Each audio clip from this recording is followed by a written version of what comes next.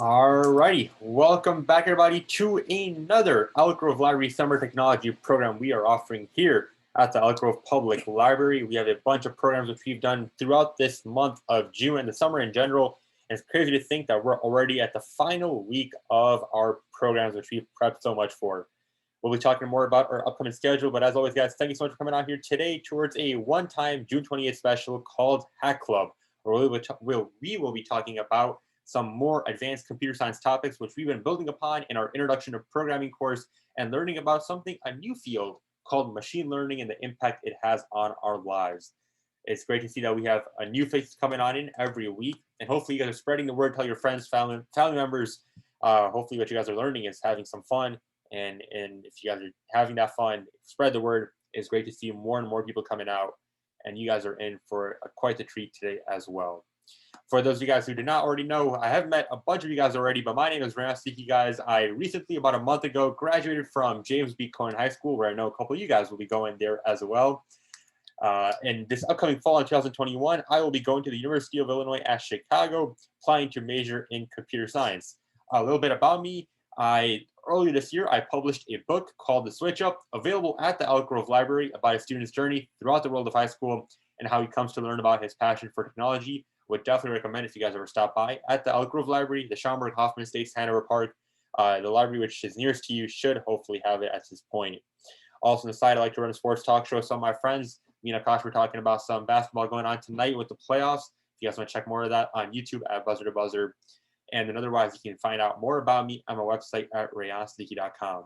And then I'm joined today with an amazing person at the Elk Grove Library, Miss Wolf. You want to do a quick introduction?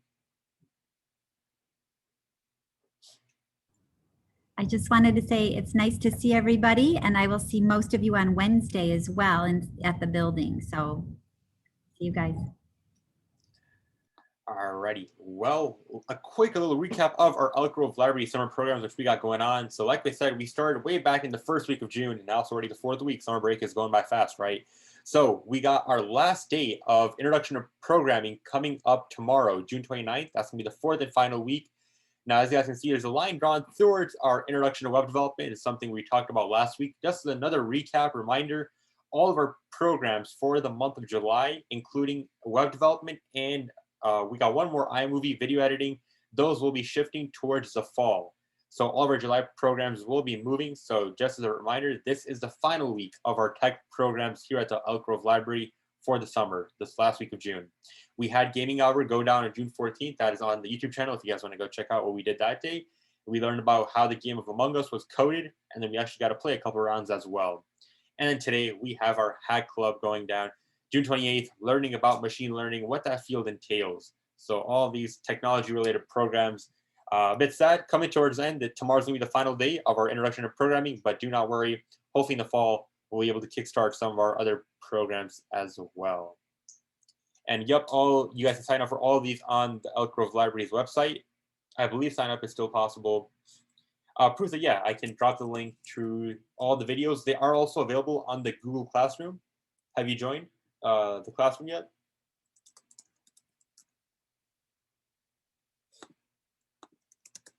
All right, great. So yep, all the videos are on the classroom as well, but I'll drop a direct link towards the channel in the chat as well.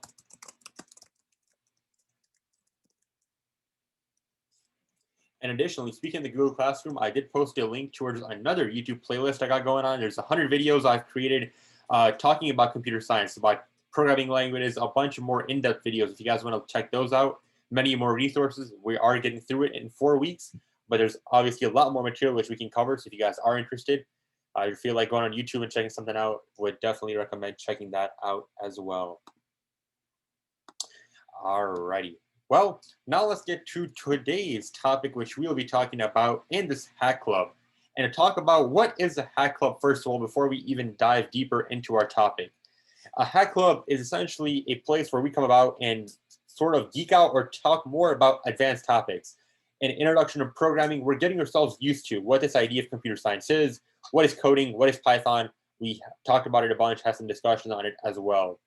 Now, a Hack Club is meant to sort of spark that discussion even further into some more advanced topics. And today's topic is going to be something called linear regression, and seeing how machine learning and what that is.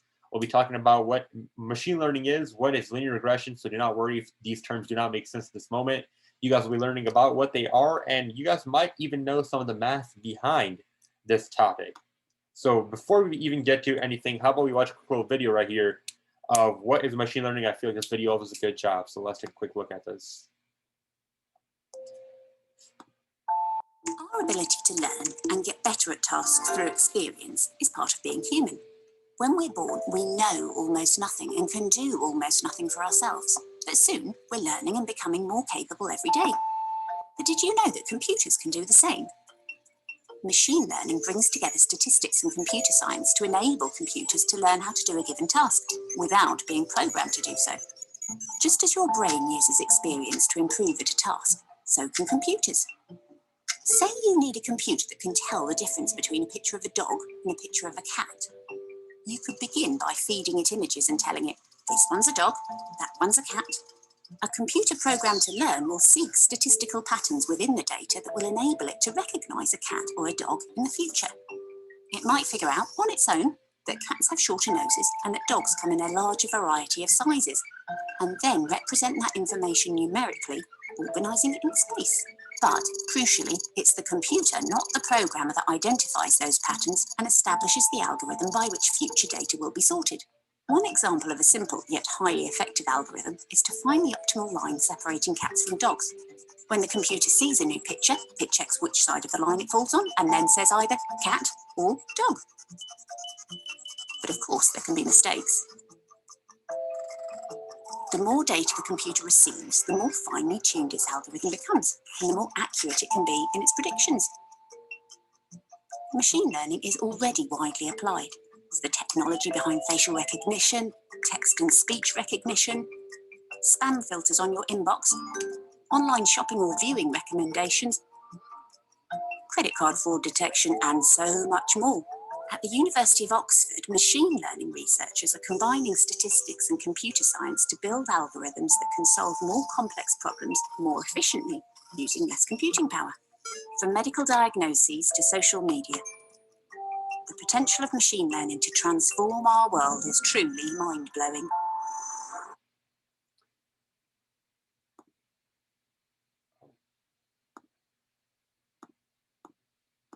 Where'd my screen go?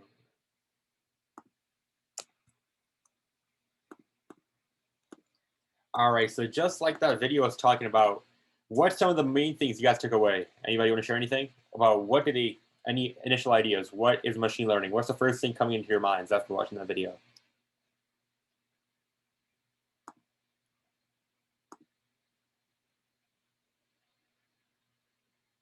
Any thoughts you guys might have from beforehand as well? Those are fine as well.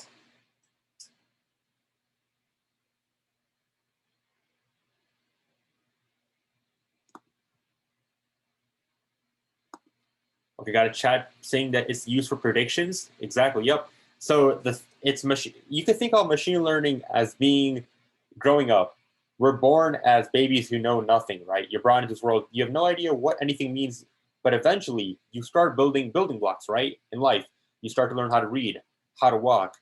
But how does all that happen? Well, you have people who help you. You have your parents, right? Siblings. And you slowly start to build your own thoughts, right? As you grow older, you go to school, you learn from your instructors, your teachers. You learn from outside of school, right? Other environments, the news, other things which impact you, right? So it's that idea of improving yourself and becoming more older in a sense, right? So that's what machine learning is with computers. A computer starts off by knowing nothing, but eventually you train it to become more intelligent so that it can make distinctions. So an example which was provided in the video, it was, if I give my computer an image of a dog or a cat, will it be able to tell me, is the image a dog or a cat? Well, the computer on its own, it can't tell me if it's a dog or a cat. But eventually, if we train the computer with images from the past, we tell the computer, hey, we're creating a program which, hey, this picture is a dog and all these images are of a cat. Eventually, we can get towards a point where a computer can differentiate between a dog or a cat. So when you think about machine learning, I want you guys to think about this idea of improving and being able to make predictions and classifications in the future. Now, machine learning, believe it or not, actually plays a pretty big role in our lives on an everyday basis, and we'll talk about how that's made. But a quick little connection towards our introduction to programming course we got going on here is that machine learning is very popular with the programming language, which we're covering in Introduction to Programming, called Python. Now, we've been covering Python for the past 3 weeks. We've done a bunch of great things with it. And the reason why Python is so popular is because Python allows us to do machine learning much more easier. The thing with any coding language is that all coding languages have tools which we could use. Now, Python has one of the largest amount of tools which are made accessible to us.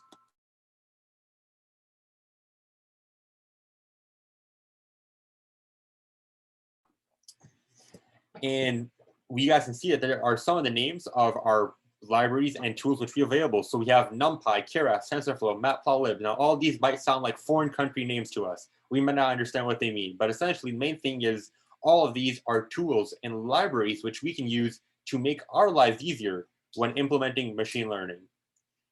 Now, let's talk about where we see this applied in our daily lives, because machine learning is actually a very, very big field. First of all, we see it in predictions when we're trying to predict the cost of items in the future. Machine learning is very great, very useful in being able to see what's going to happen. Businesses use machine learning when analyzing how much money they lost or how much money they made in the past year. Now, here's one which you guys have probably witnessed: recommendations. How many of us here have a TikTok? Let's see a raise of hands. Or a YouTube account. Okay, I'd assume it's all of us here who have a YouTube account or a TikTok, one of the two. So when we go on TikTok, or Akash, when you go on your recommendation, when you open YouTube, what do you usually see?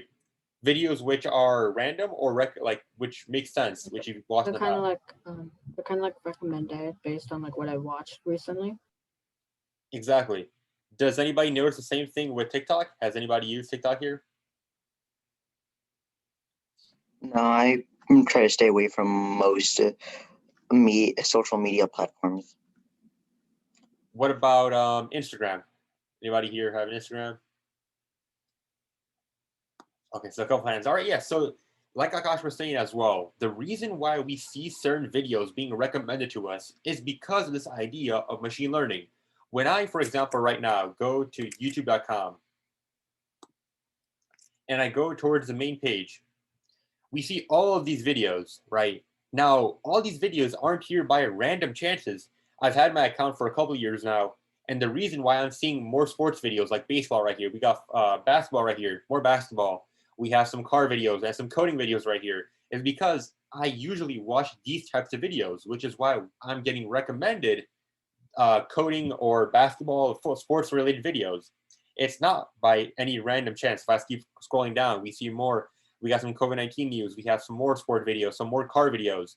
So it's curated towards what we've been watching in the past, which is what makes machine learning so special, is that it's the reason behind so many things which we got going on in our daily lives. Now let's talk about how many of us here have used Amazon to order something, with us or our parents. Yep, okay, so wow, more people have used Amazon, looks like, than TikTok, which is surprising to see. So when we go on Amazon, the app or the website, on the main page, there's always recommended items they have. So say in the past, I've been ordering many, we'll say, hand sanitizers, right? Because of COVID-19. I've ordered a lot. I've ordered 10 hand sanitizers. Chances are, in a week, when I go back on Amazon.com, they're going to recommend to me some disinfecting wipes or some masks. Now, why is that? Well, that's because in the past, I've been ordering so many sanitation-related products. They're going to say, hey, we got Mr. Wolf right now applying some hand sanitizer, looks like, right?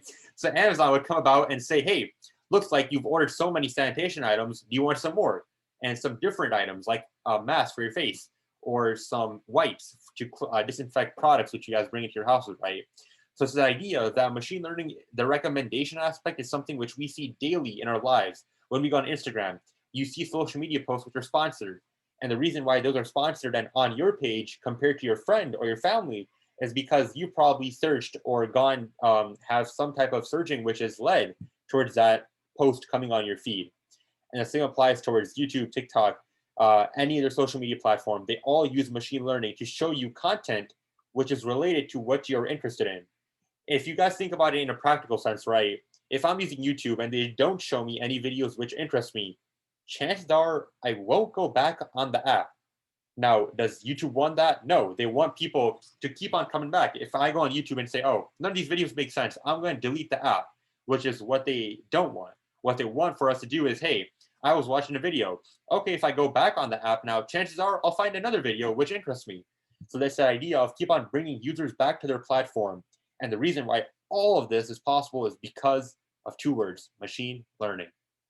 Now, another example of the impact which machine learning has had is medically. Last year, especially when COVID-19 was pretty early, people did not know much about it. What does it do? The impact it can have on our health.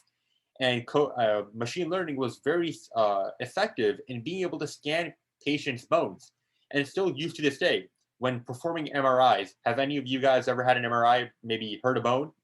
Any of that happened to anybody here? Looks like all of us are good. All right, well, we have some peaceful childhoods out here.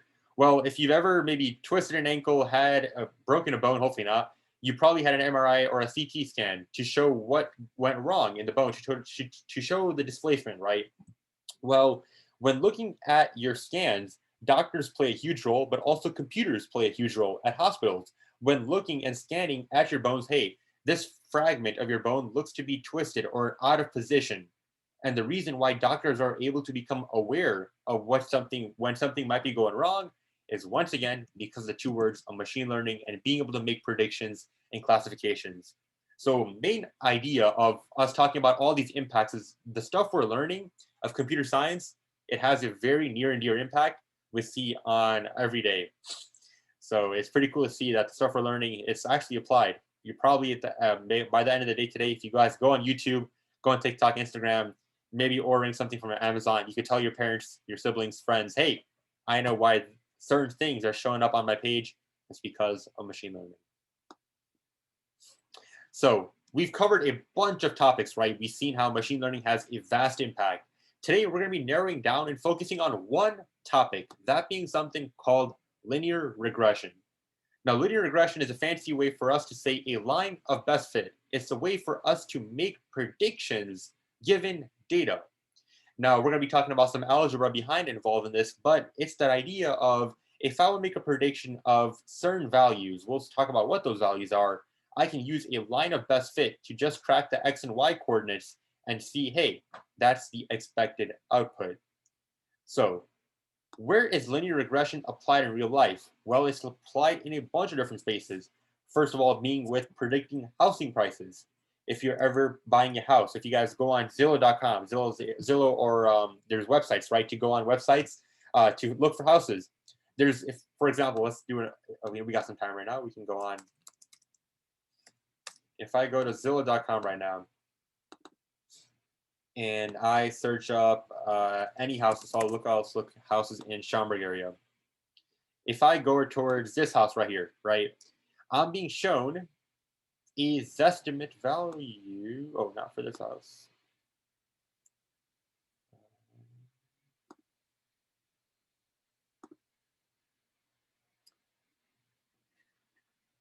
So usually, okay, so I can't, of course, I can't find a house right now. But if I go to a house, there's usually a Zestimate, which Zillow has associated. Now, Zestimate is a fancy word Zillow has for a prediction in what the value of a house is.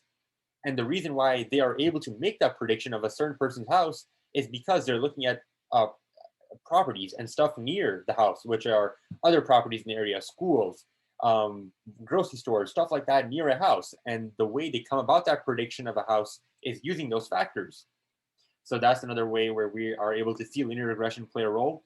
And also it's used in weather predictions. If you guys go onto your phones or smartphone, iPad, or whatever you guys have, a weather.com or any weather app, it'll show you, hey, 10 days ahead, we're able to predict what the weather will be 10 days ahead, which is massive. And the reason why all that is possible is because we're using hundreds of thousands of millions of pieces of data from the past 10 years and going back even more to make predictions about the future. So if I go to weather.com right now, we'll be able to see future predictions and see, hey, so if I go to weather.com right now, there we go. If I go to the 10-day forecast, I can see, go to Schaumburg, So I can see 10 days ahead what the weather predictions are. Now, granted, this may change a little bit. It might not rain as much as expecting, but we can see that, hey, 50% of the area will be covered in rain. 21% of the area on Thursday will be covered in rain. And the reason why this is possible is because of this idea, which we're covering today, called the linear regression. We're using data from the past to make predictions about the future, which is a key idea surrounding the whole class today. It's like history, right? We use the past to learn about the future. We don't want to have a repeat of some bad events which have happened in the past, right?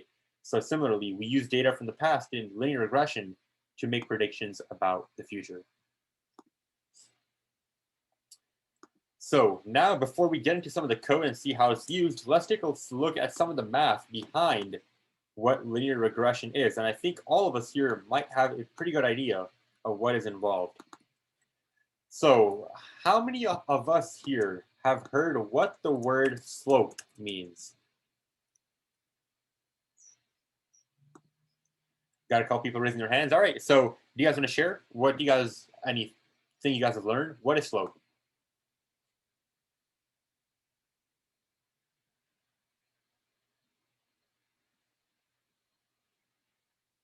You guys can directly chat or feel free to unmute. That's totally fine.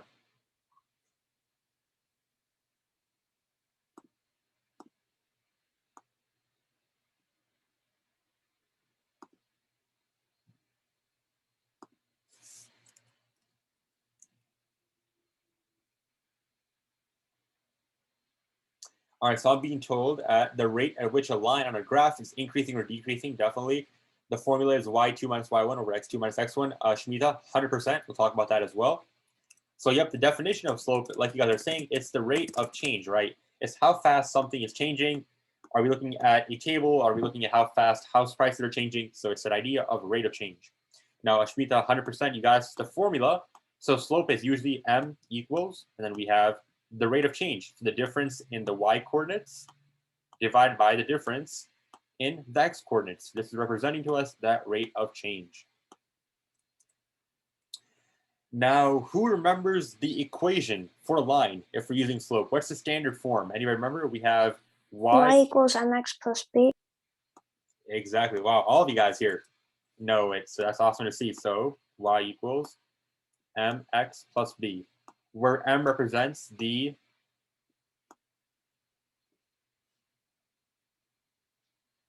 Slope. Yep. So m represents the slope. X represents the, anybody know?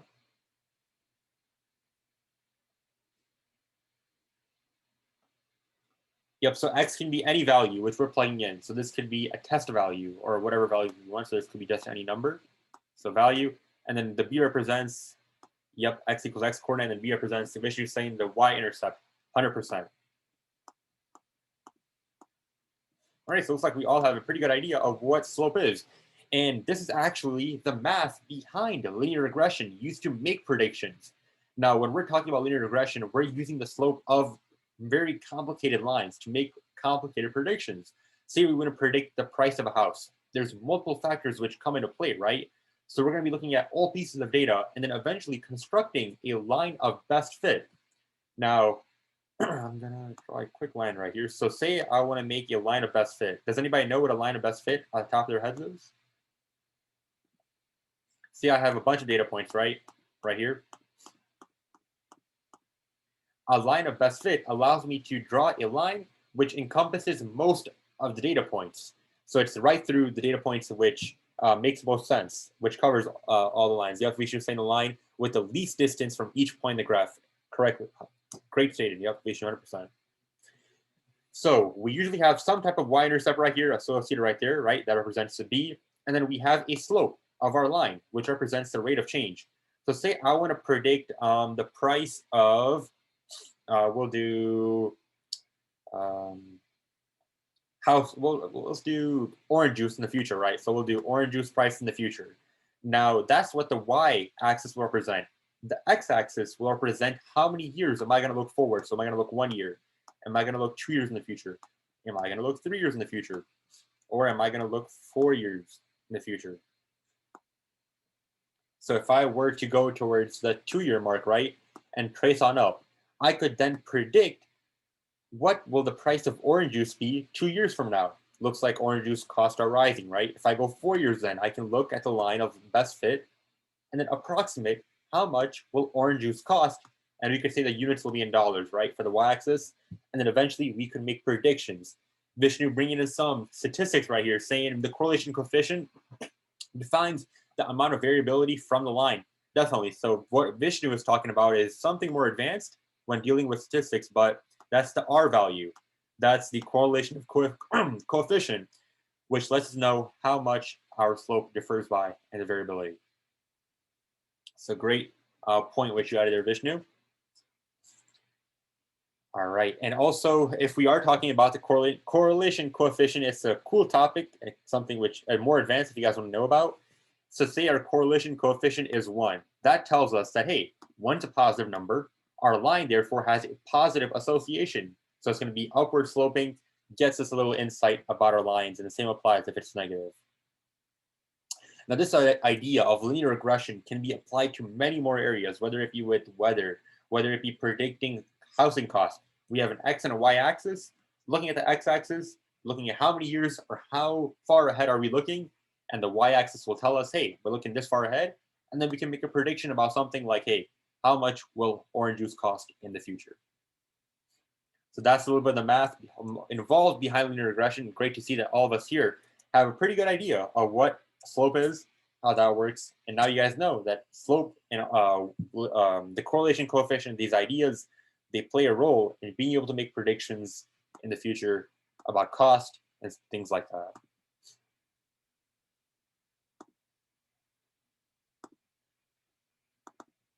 Alrighty, so now we're going to do a quick little overview of some code. We've talked about the math, we talked about the real life applications.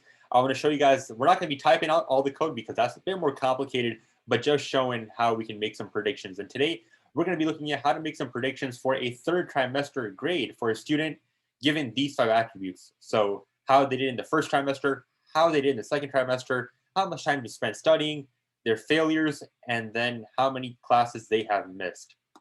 So I'm going to go towards some code which I have written in the past.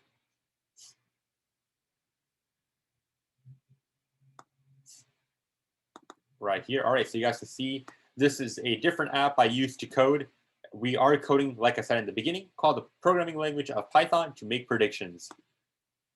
So what we're going to do right now is if I open up a sheet of data, this has a bunch of pieces of data, hundreds of pieces of data relating to students, how they did in the first trimester, the second trimester, their grades in the past, their absences, and their failures.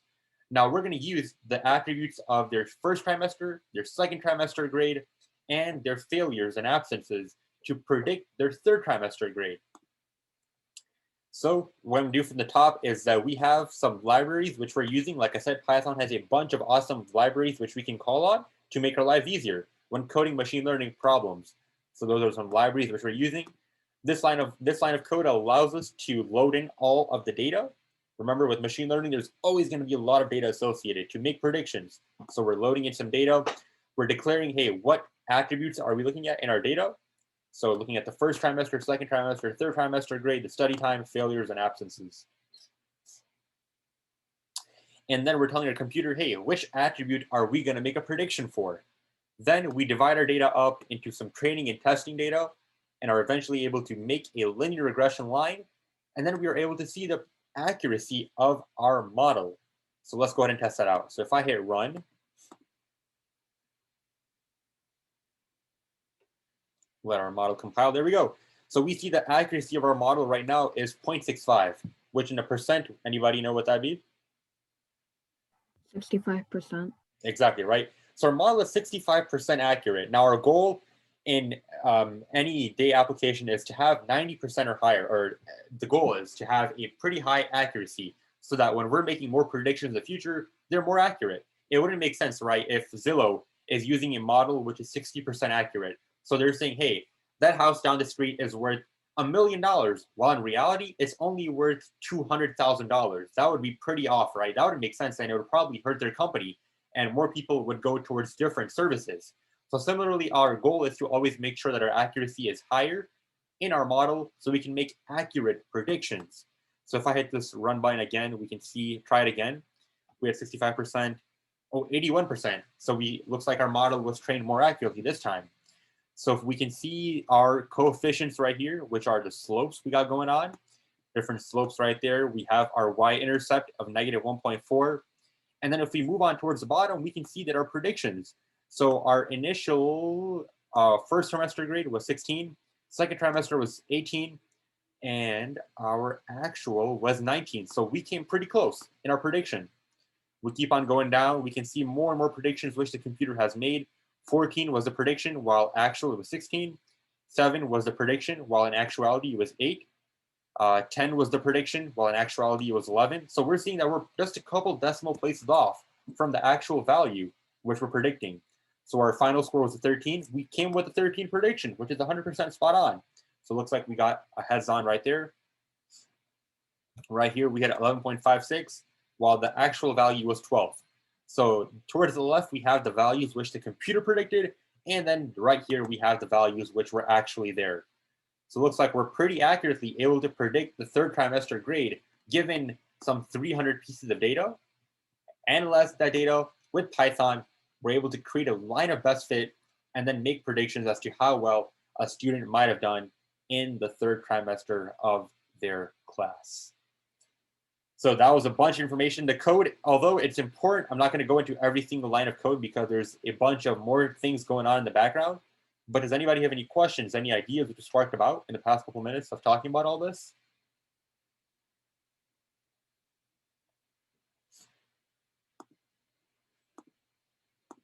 Any questions, comments you want to share? Yeah, the one when you showed the Google Maps and all for the house, wasn't that made for using the one algorithm? I always forget I always have trouble pronouncing it, like the Dijkstra's or something.